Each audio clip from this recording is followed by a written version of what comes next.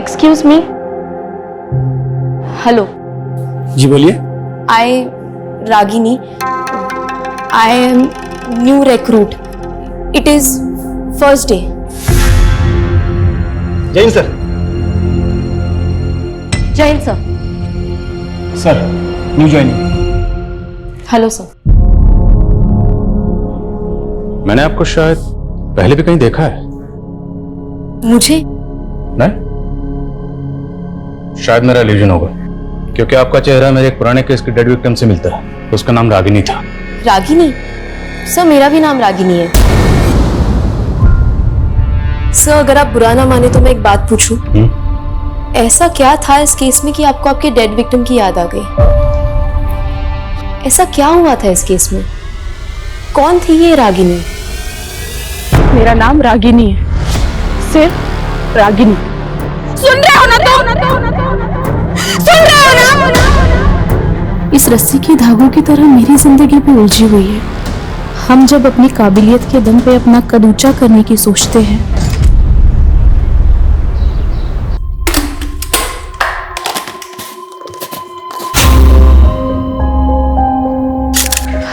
माँ मैंने खाना बना दिया है।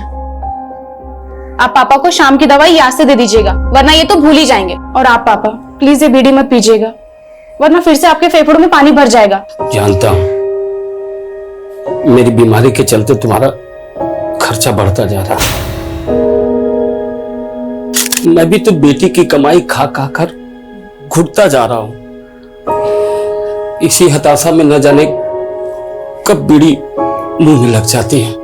ये कैसी बातें सोचते रहते हैं आप पापा? आप बस अपनी सेहत का ध्यान दीजिए। और हाँ, अगर आपने दोबारा बीड़ी पीना तो मैं सच में आपसे बात नहीं करूंगी। अरे नहीं, देखो ऐसा हरगिज मत करना। चलो नहीं पीऊंगा। अरे पगली, मैं भी तो चाहता हूँ कि तंदुरुस्त हो जाऊं और कोई नई नौकरी ढूंढूं। मुझे भी तो अपनी जिम्मेदारी निभाने दीजिए पापा। आपने भी तो जिंदगी भर मजदूरी करके हमें पढ़ाया लिखाया, वरना हमारे समुदाय के लोग अपने बच्चों को स्कूल तक नहीं जाने देते। तभी तो पूरी बिरादरी को तुझ पर गर्व है। झोपड़ी में रहने की किस्मत थी हमारी। आज तुम्हारी वजह से इतने अच्छे घर में रह रहे हम लोग। माँ, अभी तो घर की हालत और सुधारनी है।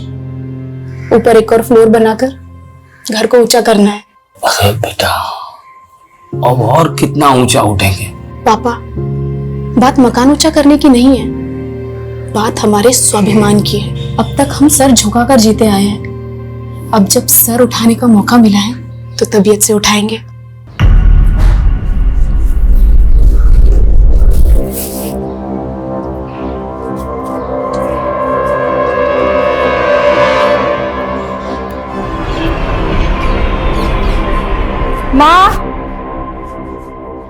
माँ एक कप चाय बना दो प्लीज। तेरी बहन सबके लिए खाना बना के ऑफिस भी चली गई, तू खुद के लिए चाय नहीं बना सकती?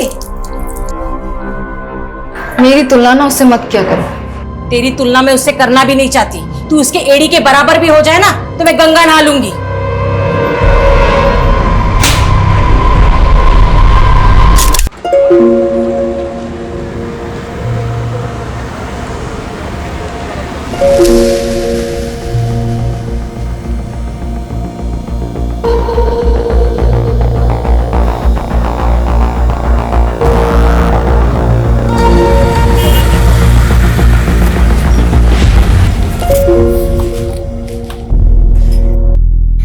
मुझे तो लगा आज तुम बस मिस कर दोगी। आज बस मिस होती तो बहुत जान से मार देता। बहुत बड़ी प्रेजेंटेशन है मेरी। ये धागा कैसा बांध रखा है?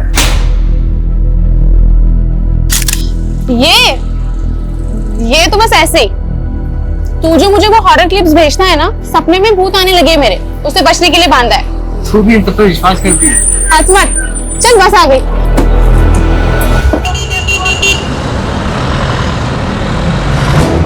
वैसे तुम्हारे सपने में जो भूत आते हैं वो दिखते कैसे? पागल तू भी। छोड़िए सर। अच्छा सुन, जो मैं ऑफिस में प्रेजेंटेशन दिखाने वाली हूँ, तू उसे एक बार सुन और अपना फीडबैक दे।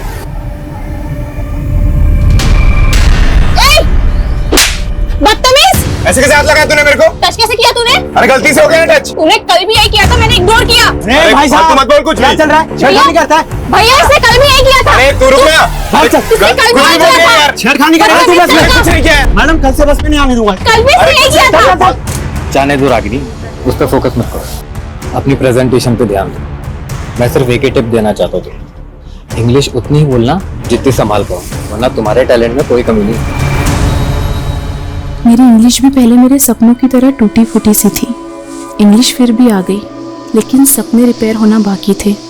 और जब आपने अपने पिता को दिहाड़ी मजदूरों की लाइन में सबसे पीछे खड़ा देखा हो, तो खुद को सबसे आगे खड़ा पाके भी आखिरी पंक्ति की वो दुश्वारियां आपका पीछा नहीं छोड़ती है।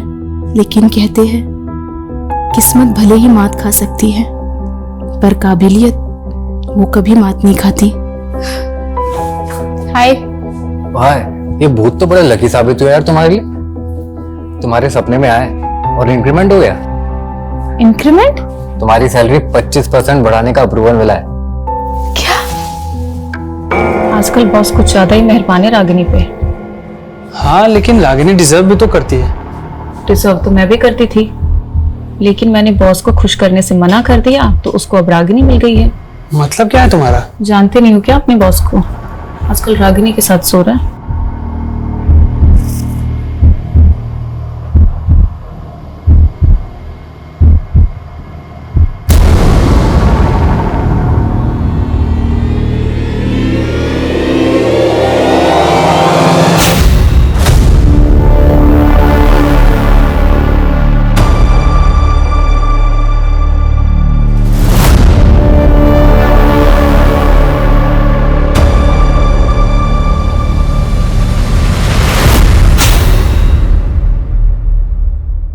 मैडम वो आपने न्यू बायोमेट्रिक एंट्री वाला फॉर्म भर दिया? हाँ पवन जी, भर दिया। ये लीजिए।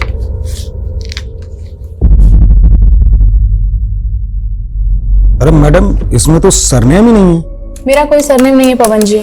सरनेम तो सबका होता है, कोई हवा से थोड़ी ना आता है, सब अपने बाप दादा के कुल से ही आते हैं। वैसे आपका कुल क्या है मैडम? पवन जी फालतू की बातें छोड़िए और जाइए अपना काम करिए।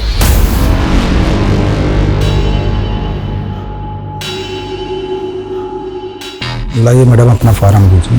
पवन जी आप ठहरे कुलवान व्यक्ति, क्यों ऐसे लोगों से उलझते हैं जो अपनी जात छुपाते हैं?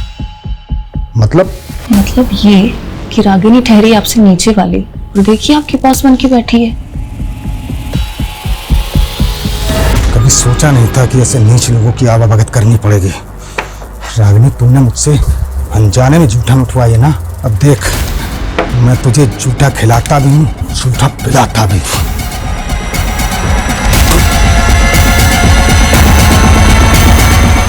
हाँ सॉरी भैया, थोड़ा लेट हो जाएगा, लेकिन मेरे आने से पहले आप ढोल वालों को मत भेजना। आखिर मेरे भतीजे का पुण्य पूजन है, आज तो जम के नाचना है।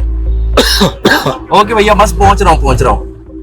अरे अंकल थोड़ा स्पीड बढ़ाओ ना। अरे बेटा इस रोड पर स्पीड लिमिट 50 किलोमीटर प्रति घंटा है। थोड़े रूल्स तोड़ भी दोगे तो क्या हो जाएगा? मुझे भी लेट हो रहा है।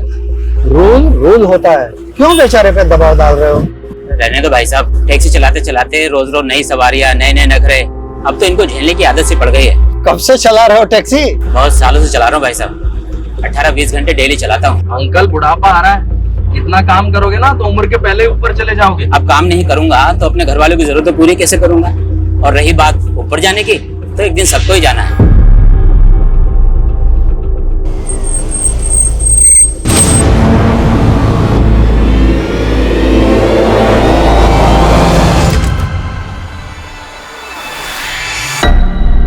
रागिनी फोन नहीं उठा रही है। 10 बजने को आया, कहाँ रह गई? अरे उसके दफ्तर में फोन करो ना। दफ्तर का नंबर तो गीतांजलि के पास है।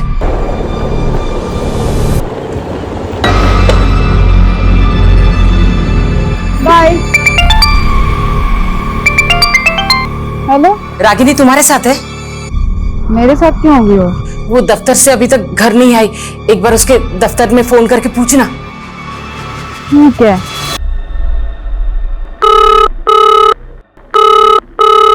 उसके ऑफिस में भी कोई कॉल नहीं उठा रहा है माँ, ऑफिस बंद हो गया होगा। एक काम करना, उसके साथ जो काम करते उनको एक बार फोन करके पूछना। आप लोग क्यों टेंशन ले रहे हो? गई होगी ना कहीं मौज करने, आ जाएगी। क्या बकवास कर रही है ये? बकवास मैं नहीं कर रही हूँ पापा, और ये आप दोनों की गलती का ही नतीजा है। 27 साल की हो गई है, लेकिन उसकी शादी के बारे में आप लोगों ने नहीं सोचा। जुबान है क्या कैची? बोलने से पहले ये भी नहीं सोचती कि सामने बाप खड़ा है।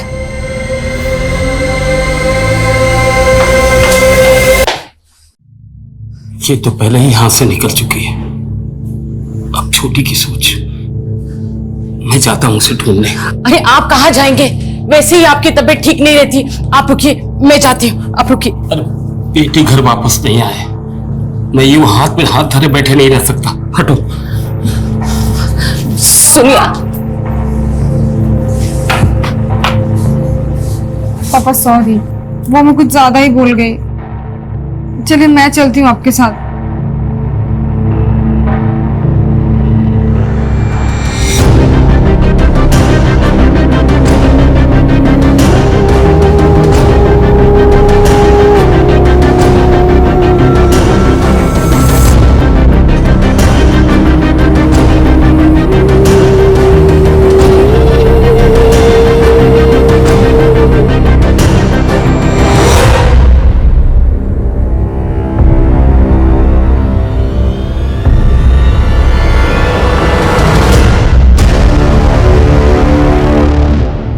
लड़की का शव आज सुबह मिर्दास रोड पे एक पेड़ से लटका पाया गया। सूत्रों के मुताबिक पीड़ित के परिवार ने एक रात पहले ही युवती की गुमशुदगी की रिपोर्ट थाने में दर्ज कराई थी। अब सवाल ये उठ रहा है कि ये मर्डर है या सुसाइड। आपको लगता है कि रागिनी ने सुसाइड नहीं किया, बल्कि किसी ने उसकी हत्या की? ये हत्या ही है साहब। मेरी बेटी ने कभी भी किसी समस्या के सामने घुटने नहीं टेके। किसने की होगी ये हत्या? पता नहीं किसकी नजर लग गई हमें। नजर लग गई? साहब हम लोग भूमिहीन लोग हैं। 3 साल पहले रागिनी की यहाँ नौकरी लगी थी और 1 साल पहले बहुत मेहनत कर उसने बैंक से कर्ज लेकर ये घर बनाया। आप भी देखिए सारे सपने कैसे टूट गए।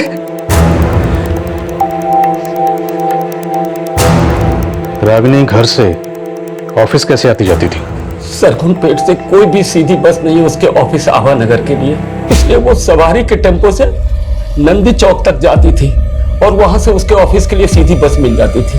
रागिनी आवा नगर अपने ऑफिस से बस लेकर पहले नंदी चौक आती थी, फिर यहां से शेयरिंग ट्रांसपोर्ट लेके अपने घर सरगुन पेट। लेकिन हमें रागिनी की लाश मिली मिर्दासपुर सरगुन पेट से 5 किलोमीटर आगे यहां से कट जाता है, और हमें रागिनी की लाश यहां 1 किलोमीटर अंदर मिली। और सर इस पूरे रूट पे कहीं भी सीसीटीवी नहीं है। शर्मा, जब सीसीटीवी नहीं थे तब भी केसेस सॉल्व होते थे। इस पूरे रूट को स्कैन करो और यह भी पता करो कि रागिनी अपने ऑफिस से कितने बजे निकली थी। रागिनी मिर्दासपुर क्यों गई? वो वहां खुद अपनी मर्जी से गई या कोई उसे जबरदस्ती लेकर गया? ये सुसाइड है या अबैटमेंट ऑफ सुसाइड या फिर मर्डर?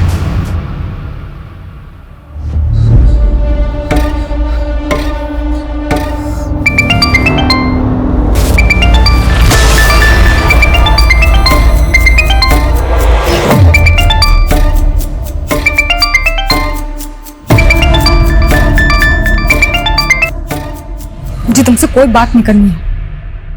वो फोन कट मत करना। तुम्हें पता है ना मैंने रागिनी के लिए तुम्हें फोन किया। क्यों?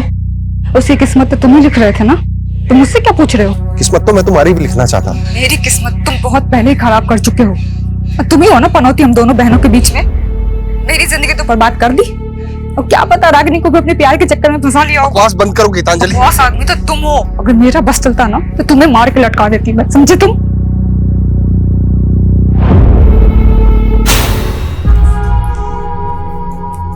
गीतांजलि ये सब क्या है? हाँ, मैंने तुमसे क्या कहा था कि 10,000 रुपए से ज्यादा खर्चा नहीं करना है, और तुम 27,000 रुपए उड़ा कर आई उन सब में। 10 लाख में आजकल कहाँ कुछ मिलता है योगेंद्र? जितनी चादर हो ना उतने पैर पसारने चाहिए गीतांजलि। ये इतने महंगे ब्रांड्स के कपड़े खरीदने की क्या जरूरत थी? हाँ, एक तो महंगे के महंगे और ऊपर से ऐसे फटे हुए ऐसे भद्दे कपड़े। तो तुम्हें साड़ी पहनने वाली बीवी चाहिए, ये शादी से पहले बताना चाहिए था ना। लेकिन फैशन के नाम पे अपनी बीवी को ऐसे फटे हुए और भद्दे कपड़े नहीं पहनने दे सकता मैं। तुम्हें पता भी है ऐसे कपड़े पहनने से क्या होता है? दुर्भाग्य क्या आता है, गरीबी आती है। अच्छा, तो जो ऐसे कपड़े मॉडल्स पहनती है ना, उनका जाकर बैंक बैलेंस चेक करो पहले। डकियन उसी ख्याल वाले से शादी हो गई मेरी। तुम कहना क्या चाहती हो? हाँ, हाथ छोड़ो। अपनी मर्यादाओं में रहो। देखो, हाँ छोड़ो। तुम कहना क्या चाहती हो? छोड़ो, तुम अपनी हद में रहो, ठीक है? दीदी पागल हो गई हो क्या? अपने पति पर ऐसे कौन हाथ उठाता है? और कौन सा पति ऐसे अपनी पत्नी पे हाथ उठाता रहता है? पता भी है तुझे? और एक दिन मुझे मौत तक फिरता रहता है ये। आ गई वकालत करने। जीजा जी, जीना मुश्किल कर दिया तुम्हारी बहन ने मेरा। मैंने आज तक उस पर हाथ नहीं उठा। उसने जीजा जी संभालिए अपने आप को। दीदी की तरफ से मैं आपसे माफी मांगती हूँ।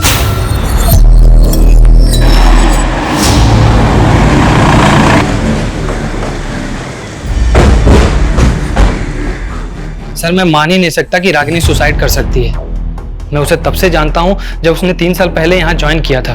लोग उसका मजाक भी बनाते तो वो कभी गिव अप नहीं करती थी सर। लोग उसका मजाक बनाते थे? ये अभी की बात नहीं है, वो 3 साल पुरानी बात है सर, जब उसने एज एन इंटर्न ज्वाइन किया था यहाँ पर। Excuse me ma'am, I prepare this report. I prepare नहीं, I have prepared this report होता है। वो पहले विजिता मैम की असिस्टेंट थी, लेकिन रागिनी ने अपनी लगन से ऐसा काम किया, 6 महीने पहले ही विजिता मैम क्या हम सबकी बॉस बन गई। कल ही रागिनी का इंक्रीमेंट हुआ था सर। वो बहुत खुश थी। ऐसा हो ही नहीं सकता कि वो सुसाइड कर ले। क्या कोई ऐसा है जो उसकी तरक्की से जलता था? नो आइडिया सर, लेकिन लगता था वो अपनी पर्सनल लाइफ में थोड़ी डिस्टर्ब थी। तुम उसकी पर्सनल लाइफ के बारे में क्या जानती हो? नॉट मच सर, लेकिन इस बारे में आपको अरविंद काफी कुछ बता सकता है। वो मैडम, रागिनी मैडम और अरविंद सर दोनों साथ में एक ही बस में आते थे और एक ही बस में जाते थे। कुछ शाम भी वो दोनों लोग एक ही साथ वापस गए थे। बस कौन सी थी? बस का नंबर बोलिए। मैडम बस का नंबर तो नहीं मालूम, लेकिन बस रोज शाम को 5 बजे ऑफिस के सामने से निकलती थी।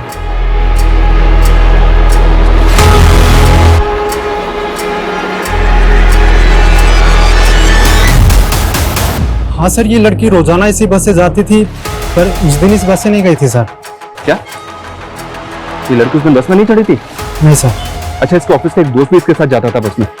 सर एक लड़का जाता तो था, पर उस दिन तो लड़का भी बस में नहीं चढ़ा था। कहीं ऐसा तो नहीं रागिनी उस दिन अरविंद के साथ कहीं गई थी?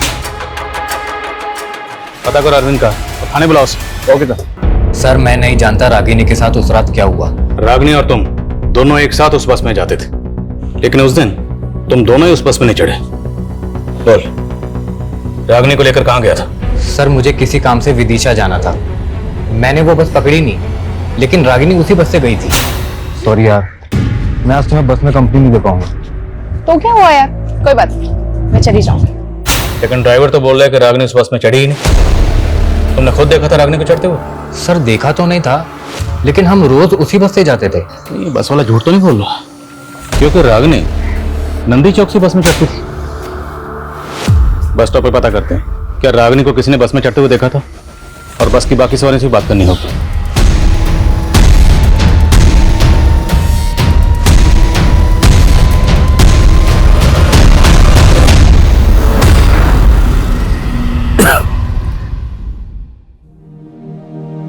गिन चुन के 4 ही तो लोग हैं हम लोग, और ऊंचा मकान बनाने की क्या जरूरत है? बाबा, अब तक हम सर झुका के जीते आए हैं, लेकिन अब जब सर उठाने का मौका मिला है तो तबीयत से उठाएंगे।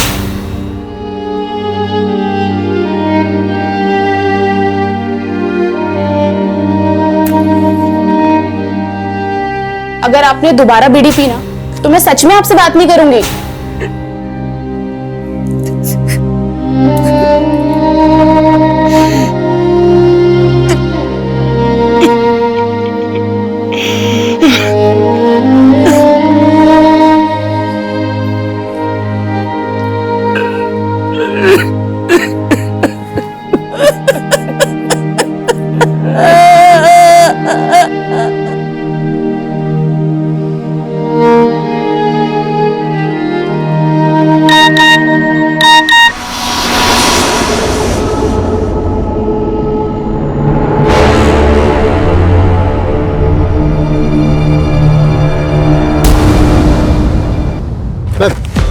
नंदी चौक के बस स्टैंड के पास रिक्शा वाला मुझे मिला। इसने रागिनी को उस शाम को यहाँ पे देखा था, लेकिन इसका कहना है कि उस शाम रागिनी बस से नहीं बल्कि किसी के साथ बाइक से आई थी। क्या देखा था आपने? उस दिन शाम को बाइक से देखा था और एक लड़की के साथ। वो हेलमेट पहना हुआ था। ये लड़का था? ये तो खुद उनके साथ आता था बस से, वो कोई और था। गाड़ी का नंबर? नंबर मुझे नहीं पता, लेकिन लाल कलर का बाइक था। क्या टाइम हो रहा होगा उस वक्त? करीबन 6 या 7 बज रहा था। मैम यहाँ आसपास कोई सीसीटीवी भी नहीं है। अरे कुछ तो होगा, आगे पीछे आसपास कहीं ना कहीं चेक करो। अब आगे एक पेट्रोल पंप है ना जी, वहां जाके चेक करो, हो सकता है उनके सीसीटीवी से पता चले कि रागिनी किस बाइक से आई थी।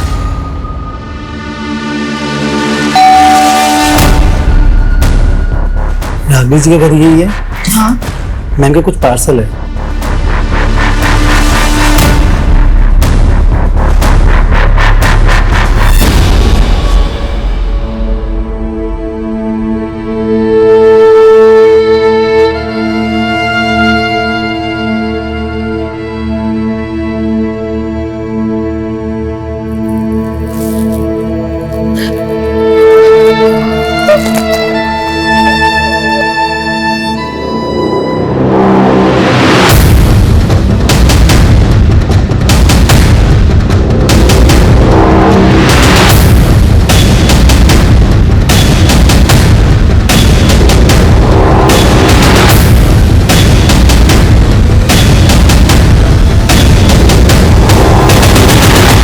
बाइक का तो कुछ पता नहीं चला था, लेकिन उस शाम को रागिनी नंदी चौक के पेट्रोल पंप के एक सीसीटीवी फुटेज में कैप्चर हुई थी।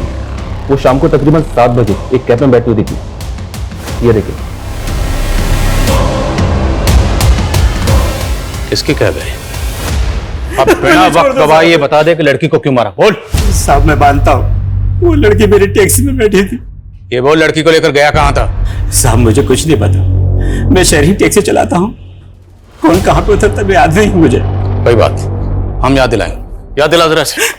साहब मुझे याद आ रहा है साहब। सर मैंने उस लड़की को ना मिर्दास रोड पे छोड़ा था साहब।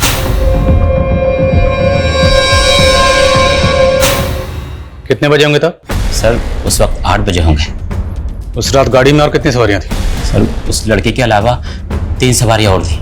कौन थी वो 3 सवारी? सर मैं पहचानते नहीं उनको, शहरी टैक्सी चलाता हूँ ना, अलग अलग जगह से चढ़ी थी। वो सवारियां उतरी कहाँ थी ये तो याद होगा? साहब वो पहली सवारी तो कीर्ति नगर उतरी थी और दूसरी वृंदापुर और तीसरी मालवीपुर उतरी थी सर। वो लड़की रागिनी हर रोज नंदी चौक से अपने घर सरगुनपेट जाने के लिए शेयरिंग ट्रांसपोर्ट लेती थी। तो वो मिर्दास रोड क्यों जाएगी? अब वो मुझे नहीं पता साहब। कोई बात नहीं, हम पता लगा लेंगे। इसकी टैक्सी का फोरेंसिक करवा। सर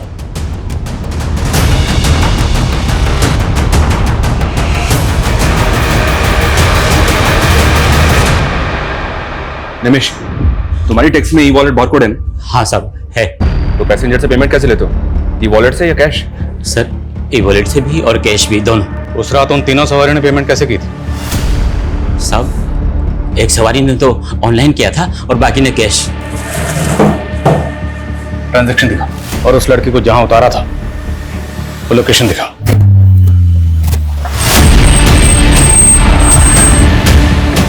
चलो उतरो। हाँ साहब यही वो जगह है, यही उतारा था मैंने उस लड़की को।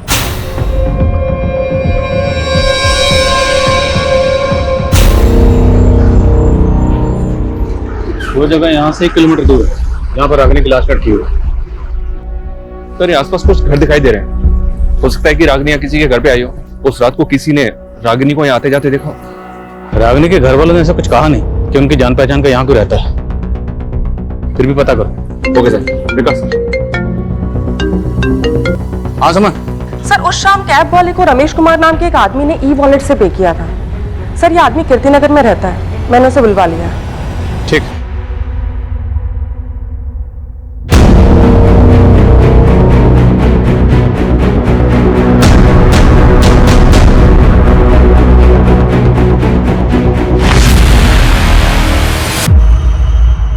हाँ सर, कल ये कैब में थी, पिछली सीट पे बैठी हुई थी। तुमने इस लड़की के साथ कहाँ तक ट्रैवल किया था? शायद मिर्दास रोड। इस लड़की, तुम्हारे और टैक्सी ड्राइवर के अलावा टैक्सी में और कितने लोग? सर 2 जन और थे। एक अंकल थे, बहुत बुजुर्ग, बार बार खांस रहे थे, और सर एक लड़का था, यंग। कौन थे वो दोनों, जानते हो? नहीं सर, मैं नहीं जानता। वो दोनों एक दूसरे को जानते? सर ऐसा देख के तो नहीं लगा, पर वो लड़का बहुत जल्दी में था सर। उसे किसी फंक्शन में जाने के लिए बोल रहा था वो। आखिर मेरे भतीजे का पुण्य पूजन है, आज तो जम के नाचना है। कैब ड्राइवर ने बताया कि वो जो लड़का मालवीपुर में उतरा था, उसे वहाँ किसी कुआं पूजन में जाना था। मालवीपुर में जितने भी बैंक्वेट हॉल, पार्टी हॉल हैं, सब जगह पता करो कि वो कुआं पूजन फंक्शन कहाँ था। शर्मा, किसी भी तरह से उस लड़के को ढूंढो, क्योंकि हो सकता है उस लड़के से हमें पता चले कि उस रात रागिनी के साथ क्या हुआ था।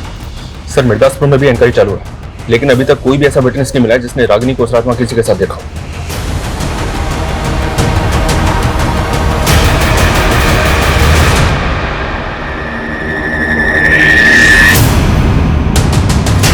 सर रागिनी के घर से फोन था, उसकी फैमिली आपसे मिलना चाहती है। रागिनी ने ऑनलाइन पोर्टल से रस्सी मंगवाई थी जो अब डिलीवर हुई है। जी सर कुछ समझ में नहीं आ रहा है कि उसने ये रस्सी क्यों मंगवाई। और सर पिछले 2 महीने में 3 बार वो ये रस्सी ऑर्डर कर चुकी है। तो ये रस्सी जिस अकाउंट से ऑर्डर की गई थी वो गीतांजलि 123। गीतांजलि सर मेरा ही अकाउंट है, हम दोनों एक ही अकाउंट यूज करते थे।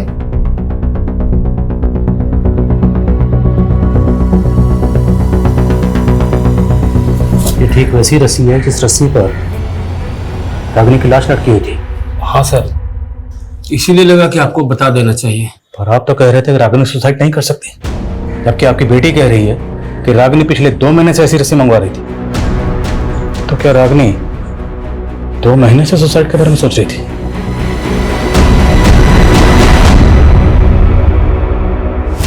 सर अब तो मुझे फैमिली वालों पे ही डाउट हो रहा है। कहीं ऐसा तो नहीं कि उन्हें पता हो रागिनी ने किस वजह से सुसाइड किया है और वो हमें गोल गोल घुमा रहे हैं। अगर घर वाले वाकई कुछ छुपा रहे हैं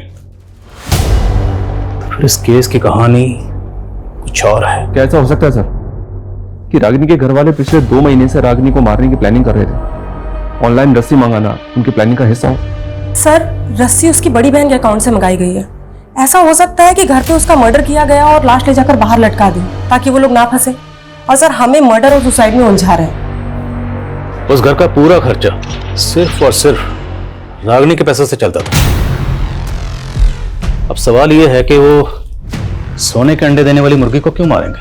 शायद ऑनर किलिंग वाला एंगल हो सकता है कि रागिनी को कोई ऐसा लड़का पसंद आ गया हो जिसे उसके घर वाले ना पसंद करते। देखो अरविंद रागिनी के काफी क्लोज था, पर वो ये नहीं मान रहा कि उसका रागिनी के साथ अफेयर भी था। तो क्या ये मुमकिन है कि रागिनी किसी और लड़के को मिलने के लिए मिर्दासपुर गई? लेकिन सर मिर्दासपुर में कुछ नहीं मिल रहा है।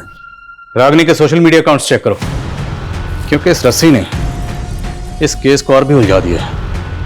लेकिन रागिनी की मौत का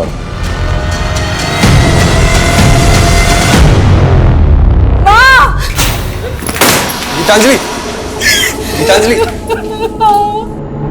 दामाद जी आप दोनों यहाँ मतलब पापा जी, गीतांजलि को शायद कोई गलतफहमी हो गई है। आपसे कुछ मुझे कोई गलतफहमी नहीं हुई है। पापा इसका ना इसके साथ चक्कर चल रहा है। ये क्या बकवास कर रही हो दीदी? हाँ मैंने तुम दोनों की लड़ाई में जीजाजी का साथ दिया इसलिए कुछ भी बोलोगी? तुम ना ज्यादा भोली बनने की कोशिश बिल्कुल भी मत करो मेरे सामने। सुनो सुनो सुनो, अगर तुम मेरे साथ नहीं रहना चाहती ना तो मुझे कोई तकलीफ नहीं है। तुम अपनी बहन को जलील मत करो यार। लेकिन अपने साथ नहीं है तू। अपनी हद पार मत करो दीदी तुम।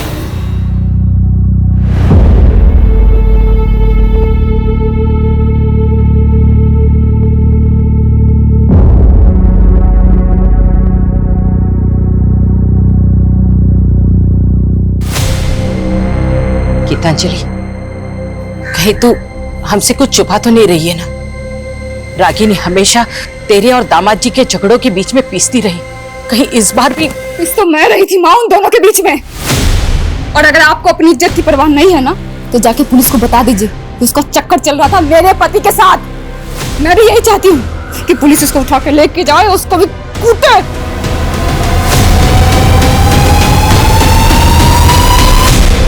उस रात मालवीपुर के एक पार्टी हॉल में एक बच्चे का कुआं पूजन था, और रमेश के मुताबिक जिस बच्चे का कुआं पूजन था वो उसका भतीजा था। हमने इस फंक्शन की गेस्ट लिस्ट निकाली। बच्चे के फादर के जितने भी ममेरे, चचेरे और दोस्तों की ये तस्वीरें हैं। जो लड़का तेरी टैक्सी में बैठा था, क्या इन तस्वीरों में से कोई है?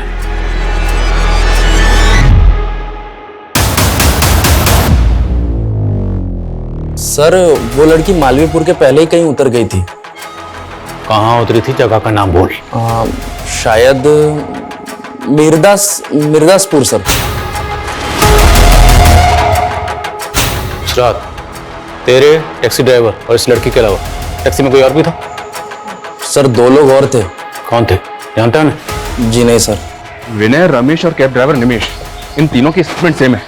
मैंने चेक भी किया सर, ये तीनों वाकई में एक दूसरे को नहीं जानते। हो सकता है तीनों सच बोल रहे हैं। इन तीनों के अलावा उस रात कैब में एक बंदा और था जो वृंदा पर उतरा था। वो बंदा कौन था? उसका बयान लेना भी जरूरी है। उसका स्केच बनवा इन तीनों से। Okay sir. सर उस शाम रागिनी की कलीग जिलिप का नंबर नंदी चौक में एक्टिव था और सर उसके पास बिल्कुल उसी मॉडल की बाइक है जिसके बारे में चाय वाले ने जिक्र किया था।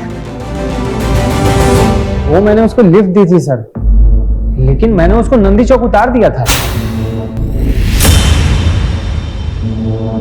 वही तो पूछ रहा हूँ, पहले क्यों नहीं बताया? प्लान क्या था? कैसा प्लान सर? आप बेकार में शक कर रहे हैं मुझ पर। मैं तो खुद गिल्ट में हूं कि मैंने उस दिन उसको घर तक नहीं छोड़ा। ये इमोशनल ड्रामा बंद कर, सच बोल। मैं सच कह रहा हूं सर। मैं उसको घर तक ड्रॉप करता तो मुझे अपने घर जाने के लिए 15 किलोमीटर वापस आना पड़ता। इसलिए रागिनी ने ही मुझसे कहा कि मैं उसे नंदी चौक उतार दूं। वो शेयरिंग कैब ले लेगी। ठीक है, जाओ। सुनो, कहीं गायब होने की मत सोचना, वरना बहुत पछताओगे। ये पक्का कुछ छुपा रहा है। इसकी उस रात की एक एक एक्टिविटी पता करो। Okay sir.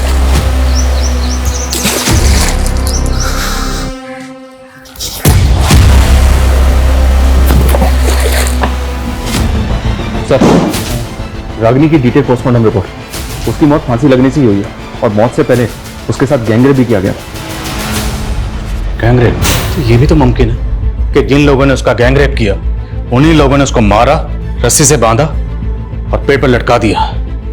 लेकिन वो रेपिस्ट है कहाँ? रेपिस्ट तो रेपिस्ट। हम तो अभी तक ये भी पता नहीं लगा पाए कि रागिनी मिर्दासपुर क्यों गई थी। आसमान सर वृंदापुर में उस चौथे आदमी का स्केच आइडेंटिफाई हुआ है। मंजुल नाम है सर उसका। लाओ से। हाँ सर, वो लड़की थी उस कैब में और मिर्दासपुर उतरी थी। उस लड़की का गैंगरेप हुआ था और फिर मर्डर। अगर कुछ भी जानते हो तो बता दो।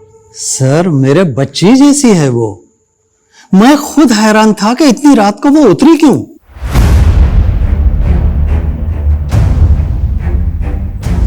और बेटा सुनो। हाँ बेटा इतने दिनों से मैं यहाँ इतनी पुलिस आते हुए देख रही हूँ, बात क्या है? अरे लड़की की आत्महत्या की है ना, उसकी इंक्वायरी चल रही है। पर वो तो 1 किलोमीटर दूर हुई थी, फिर पुलिस यहाँ क्यों पूछ रही है? सर मैंने रागिनी का सोशल मीडिया अकाउंट चेक किया। सर गौर करने वाली बात यह है, जिस दिन उसका रेप हुआ है उस दिन उसने इस योगेंद्र नाम के आदमी को बर्थडे विश किया है। कहीं ऐसा तो नहीं कि रागिनी को ये बर्थडे पार्टी अटेंड करनी थी इसलिए वो मिर्दासपुर उतरी? लेकिन सर ये सरकपुर में रहता है। हो सकता है इसने रागिनी को पिक किया वहां से। सर हैरानी की बात तो यही है, ये योगेंद्र रागिनी की बड़ी बहन गीतांजलि का हस्बैंड है और गीतांजलि और इसका डिवोर्स होने वाला है। क्या हुआ? योगेंद्र का नाम सुनकर आप लोग चुप क्यों हो गए? सर ये लोग कुछ नहीं बोलेंगे उसके बारे में। मतलब कहना क्या चाहती हैं आप? सर वो मुझे डिवोर्स देके मेरी बहन रागिनी से शादी करना चाहता था। रागिनी भी उससे शादी करना चाहती थी? सर रागिनी तो उसके सामने मुझे ही गलत समझती थी, कभी उसकी असली इंटेंशन नहीं समझ पाई। सर 1 नंबर का वाहियात आदमी है वो। मुझसे पहले उसने एक जानवर से भी शादी की थी सर। जानवर? दिमाग खिसका हुआ है सर उसका। कहता है कि उसकी कुंडली में ना 2-2 शादियों का योग है। पहले उस जानवर से शादी की, फिर मुझसे, और मेरे बाद अब मेरी बहन को फुसला रहा था। सर मैं कुंडली में विश्वास करता हूँ और सच में सर मेरी कुंडली में 2 शादियों का योग लिखा हुआ था। तेरा राहु के तो सब बिगाड़ दूंगा, समझा? बोल, किस किस के साथ मिलकर रागिनी का गैंगरेप किया? सर कैसी बातें कर रहे हैं सर आप? मैं ऐसे चरित्र का आदमी नहीं हूँ सर। और रागिनी तो खुद जानती थी अपनी बहन के बारे में। अब रागिनी तो रही नहीं और तेरी कथा सुनने में हमें कोई दिलचस्पी नहीं है, समझे? टाइम वेस्ट मत कर, बोल। सर मैं सच कह रहा हूँ सर, मैंने ऐसा कुछ भी नहीं किया सर। और सर उल्टा मुझे तो ऐसा महसूस होता है कि गीतांजलि ने अपनी छोटी बहन को कत्ल करवा दिया सर। अच्छा, तो अपनी सगी बहन को क्यों मरवाएगी? सर 15 लाख रुपए मांग रही थी मुझसे एलिमनी के लिए, और रागिनी मेरे साथ खड़ी थी। वो अपनी बहन के खिलाफ कोर्ट में गवाही देने वाली थी, और सर मुझे यकीन है गीतांजलि ने अपनी बहन को पैसों की वजह से मरवाया।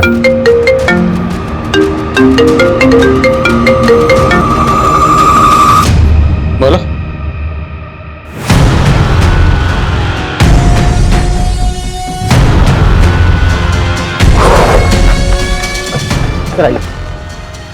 सर ये लीजिए, उस रात के बारे में आपको कुछ बताना चाहती हूँ। अरे साहब, मैं रोज यहाँ इतनी पुलिस आते हुए देखती हूँ, लेकिन मुझसे पूछा ही नहीं किसी ने कि क्या बात है, तो मैं पहले ही बता देती ना। बात यह है कि हम एक लड़की को ढूंढ रहे हैं। ये वो लड़की, क्या आपने? अरे साहब, मैं यहाँ रोज रात को कुत्तों को बिस्किट खिलाने आती हूँ। आपने 15 तारीख को इस लड़की को यहाँ देखा? देखा तो नहीं साहब, पर एक लड़की की चीखों की आवाज सुनी थी, वो उस तरफ से आ रही थी। तो जिधर से आवाजें आ रही थी आपने वहां जाके देखा? ना बाबा ना, वहाँ इतना अंधेरा है, मैं तो डर गई। तो आपने इस लड़की को नहीं देखा? नहीं देखा साहब, खाली आवाज सुनी थी। लेकिन इन्होंने जिस डायरेक्शन से लड़की की चीखने की आवाज सुनी थी, टैक्सी ड्राइवर ने रागिनी को उधर ही उतारा था। सर ये भी तो हो सकता है कि उसे अकेला देखकर किसी ने किडनैप कर लिया हो, फिर रेप करके मार दिया हो। मुमकिन है। इस एरिया के जितने भी उठाई गिरे शराबी जुआरी हैं, सबको लाइन अप करो। Okay sir. हाँ शर्मा। सर दिलीप उस रात को घर नहीं गया था, बल्कि वो उसी रात को संतूरी लॉज में था। ये लॉज तो क्राइम सीन से महज 3-4 किलोमीटर दूर है। और एक बात सर, दिलीप के साथ रागिनी की बड़ी बहन गीतांजलि भी थी। बुलाओ दोनों को। तुम दोनों 9:30 बजे तक लॉज में थे, तो 10 बजे रागिनी का मर्डर हुआ। क्या प्लानिंग चल रही थी? एक्चुअली सर हमारा अफेयर चल रहा था, इसलिए हम आपको सच नहीं बता पाए। तू 2 बार पहले भी झूठ बोल चुका है। अब अगर झूठ बोला ना तो उल्टा लटकाऊंगा, समझे? बोलो। सर मैं अपनी बहन का मर्डर क्यों करवाऊंगी सर? सिर्फ हम ही नहीं, तेरा पति भी तुझे तेरी बहन का कातिल मानता है। सर झूठ बोल रहा है वो। और सर रागिनी का चक्कर उसके बॉस के साथ भी तो चल रहा था ना, वो भी तो करवा सकता है ना ये। बॉस क्या बकवास कर रहे हो इंस्पेक्टर? हमें तो यही पता चला कि आप इसलिए उसे प्रमोशन पे प्रमोशन दे रहे थे। प्रमोशन पे प्रमोशन मैं उसको इसलिए दे रहा था क्योंकि वो प्रमोशन के काबिल थी। और आपके पास कोई सबूत है मेरे खिलाफ? सर दिलीप ने बताया था। बोलो। सर मुझे तो विजेता ने बताया था। सर मैंने दिलीप से रागिनी और बॉस के बारे में कुछ भी नहीं कहा है, वो पता नहीं फिजूल में मुझे क्यों बदनाम कर रहा है। सर अभी तक हमारे पास इन सस्पेक्ट्स में से किसी के भी खिलाफ कोई स्ट्रॉन्ग प्रूफ नहीं। शर्मा अभी तो सस्पेक्ट सामने आने शुरू हुए, इन सब की एक एक डिटेल पता करो। हम लोगों से कहीं ना कहीं कोई तो चूक हो रही है।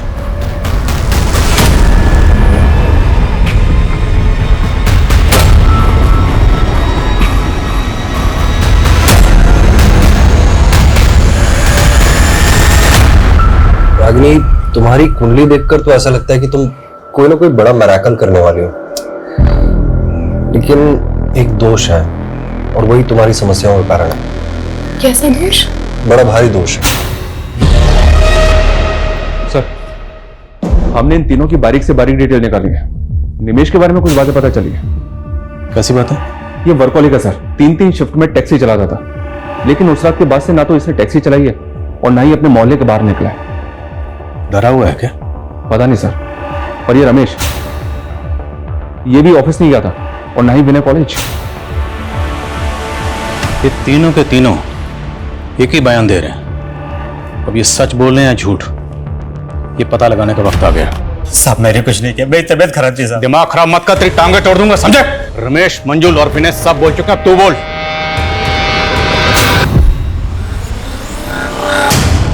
आइए मैडम, सरगम 50 रुपया। नहीं भैया, मुझे मिर्दास रोड के तालाब वाले रास्ते से होते हुए जाना है। हाँ तो ठीक है मैडम, वहीं छोड़ देंगे। आइए बैठिए। मैंने कुछ नहीं किया साहब।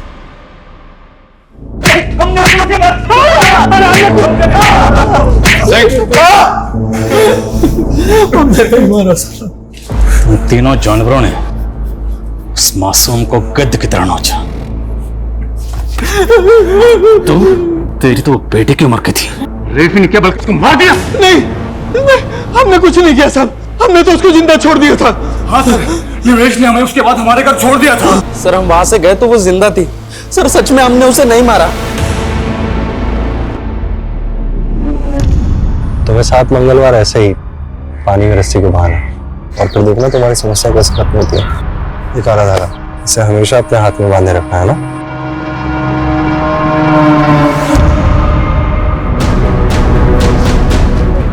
बोल, सबसे आखिर में तूने मंजुल को 11 बजे वृंदापुर छोड़ा था, उसके बाद तेरी टैक्सी खाली थी, लेकिन फिर भी तू घर नहीं गया।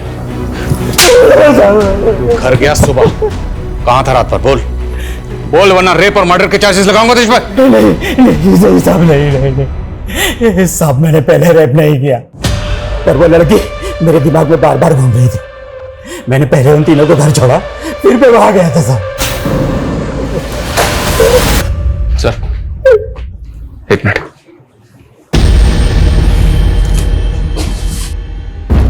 सर इस क्राइम का मोटिव कुछ और ही है। मैं उसे सबक सिखाना चाहता था। मुझे पता था वो रोज इस शेयरिंग टैक्सी से आना जाना करती है, इसीलिए मैंने प्लान बनाया। मैं और विनय अलग अलग जगह से चढ़े, लेकिन हम जब गाड़ी में चढ़े वो बैठी भी नहीं थी। लेकिन उसने जब मुझे देखा, पड़ोसी है, सोचा होगा सेफ रहेगी, इसलिए गाड़ी में बैठ गई। क्या बिगाड़ा था उसने? मैंने उसको समझाया था उसका घर हमारे घर से ऊंचा ना करे, लेकिन उसने हमारी नहीं सुनी। मैं उनकी जात वालों के घर का पानी भी नहीं पीता और मैं नहीं चाहता था उसके घर की परछाई में हमारे घर पर पड़े। शर्मा,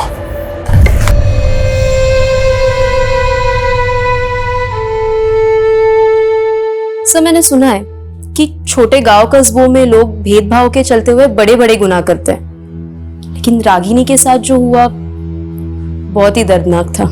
वो लोग रागिनी को छोटा समझते थे। दरअसल छोटी रागिनी नहीं, छोटे थे वो लोग, उनकी सोच, जिन्होंने रागिनी को सिर्फ इसलिए मार दिया ताकि रागिनी के घर की परछाई उनके घर पर ना पड़े। सिर्फ इसलिए एक मासूम की जान ले ली उन लोगों ने, जबकि उनकी खुद की परछाई उनसे शर्म खाती हो। जो लोग दूसरों को भेदभाव की नजर से देखते हैं, दरअसल समाज में वो विकृति पैदा करते हैं, और ऐसे ही लोग देश में अराजकता का माहौल पैदा करते हैं।